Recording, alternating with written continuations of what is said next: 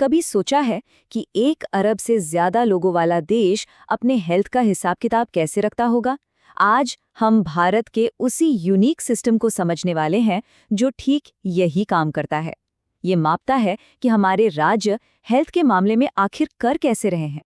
तो चलिए इस पूरी बात को एक बहुत बड़े सवाल से शुरू करते हैं। जरा सोचिए, 1 अरब से ज्यादा की आबादी, अलग अलग भाषाएं, अलग अलग कल्चर, इतने बड़े और डाइवर्स देश की हेल्थ को ग्रेड करना कितना मुश्किल काम होगा, है ना? ये वाकई एक बहुत बड़ी चुनौती है।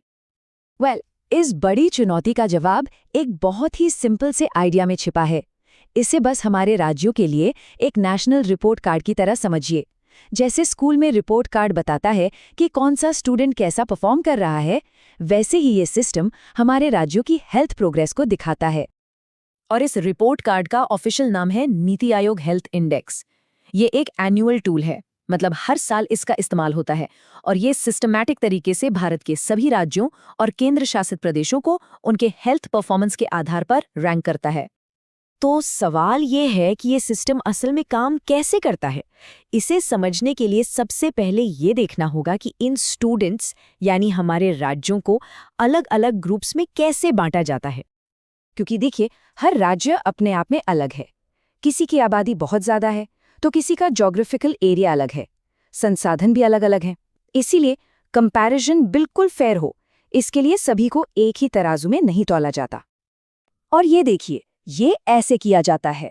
राज्यों को 3 मेन ग्रुप्स में बांटा गया है। पहला, बड़े राज्य जैसे कि उत्तर प्रदेश। दूसरा, छोटे राज्य जैसे गोवा। और तीसरा ग्रुप है केंद्र शासित प्रदेशों का, जैसे दिल्ली। इससे ये पक्का हो जाता है कि एक जैसी क्षमता वाले राज्यों की तुलना आपस में ही हो। ठीक है, तो अब ये तो समझ आ गया कि ग्रेडिंग किसकी हो रही है और कैसे ग्रुपिंग की गई है। तो चलिए अगले सेक्शन पर चलते हैं और देखते हैं कि असल में मापा क्या जा रहा है, किन चीज़ों पर ग्रेड दिए जा रहे हैं। तो जो फाइनल ग्रेड या स्कोर किसी राज्य को मिलता है ना, वो किसी एक चीज़ पर बेस्ड नहीं होता। ये एक कंपोजिट स्कोर है जिसे 3 मेन एरियाज में परफॉर्मेंस को मिलाकर कैलकुलेट किया जाता है। और ये 3 स्तंभ हैं। पहला है हेल्थ आउटकम, यानी असल में जमीन पर क्या नतीजे दिख रहे हैं। दूसरा, की इनपुट्स एंड प्रोसेसेस, मतलब हेल्थ सर्विसेज देने के लिए क्या क्या किया जा रहा है। और तीसरा, गवर्नेंस एंड इंफॉर्मेशन, यानी पूरा सिस्टम कितना पारदर्शी और कुशल है।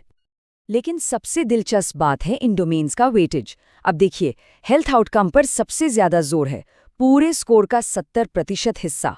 इससे ये बिल्कुल साफ हो जाता है कि ये सिस्टम सिर्फ कागजी कार्रवाई या खर्च पर नहीं, बल्कि असली नतीजों पर फोकस करता है। तो चलिए अब जरा और गहराई में उतरते हैं और इस सबसे जरूरी डोमेन के अंदर झांक कर देखते हैं। समझते हैं कि इसमें कौन से खास लोगों से सीधे जुड़े इंडिकेटर्स को मापा जाता है। तो ये जो 70% वाला हेल्थ आउटकम डोमेन है, इसमें आखिर आता क्या क्या है? देखिए, ये कोई हवाई बातें नहीं है, बल्कि ये बहुत ही ठोस असल जिंदगी के इंडिकेटर्स पर आधारित है। चलिए कुछ एग्जाम्पल्स देखते हैं। पहला है नियोनेटल मोर्टेलिटी रेट, यानी नवजात मृत्यु दर। ये क्या मापता है? ये मापता है कि हर 1000 जिंदा पैदा हुए बच्चों में से कितने बच्चे अपनी जिंदगी का पहला महीना भी पूरा नहीं कर पाते। ये एक बहुत ही सेंसिटिव इंडिकेटर है जो बताता है कि हमारा हेल्थ सिस्टम अपने सबसे कमजोर लोगों की देखभाल कैसे कर रहा है। दूसरा एक और बहुत जरूरी मीट्रिक है फुल इम्यूनाइजेशन कवरेज, मतलब ये देखा जाता है कि कितने बच्चों को वो सभी जरूरी टीके लग गए हैं जो उन्हें खसरा और डिप्थीरिया जैसी कई खतरनाक और रोकी जा सकने वाली बीमारियों से बचाते हैं। ये हमारे बच्चों के भविष्य को सुरक्षित करने का एक बहुत बड़ा पैमाना है। और तीसरा उदाहरण है इंस्टीट्यूशनल डिलीवरीज। इसका मतलब है कि कितने बच्चों का जन्म किसी अस्पताल या मेडिकल सेंटर जैसी सुरक्षित जगह पर हो रहा है, जहां प्रोफेशनल मेडिकल केयर मौजूद हो। ये माँ और बच्चे दोनों की सुरक्षा के लिए जन्म के समय सबसे जरूरी चीजों में से एक है। तो अब जब हमने देख लिया है कि क्या और कैसे मापा जाता है, तो चलिए थोड़ा जूम आउट करते हैं और इस पूरे सिस्टम के असली मकसद और दुनिया पर इसके असर पर बात करते हैं। तो यहाँ सबसे ज़रूरी बात ये समझनी है कि ये इंडेक्स सिर्फ नंबरों और रैंकिंग का खेल नहीं है। इसका असली मकसद सिर्फ मापना नहीं है, बल्कि सुधार के लिए मोटिवेट करना है, असल में बदलाव लाना है। असल में इस इंडेक्स के कई बड़े लक्ष्य हैं। ये राज्यों के बीच एक हेल्दी कंपटीशन की भावना पैदा करता है। ये उन्हें एक दूसरे की अच्छी प्रैक्टिसेस से सीखने के लिए एनकरेज करता है। ये फोकस को सिर्फ कितना पैसा खर्च किया से हटाकर उससे क्या नतीजा निकला पर लाता है। और इन सब का अल्टीमेट गोल एक ही है, पब्लिक हेल्थ में ठोस सुधार लाना। हम इस विश्लेषण को एक आखिरी सोचने पर मजबूर करने वाले सवाल के साथ खत्म करते हैं।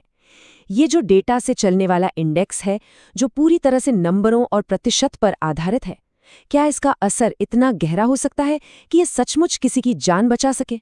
ये एक ऐसा सवाल है जो हमें डेटा और उसके इंसानी असर के बीच के रिश्ते पर सोचने के लिए छोड़ जाता है।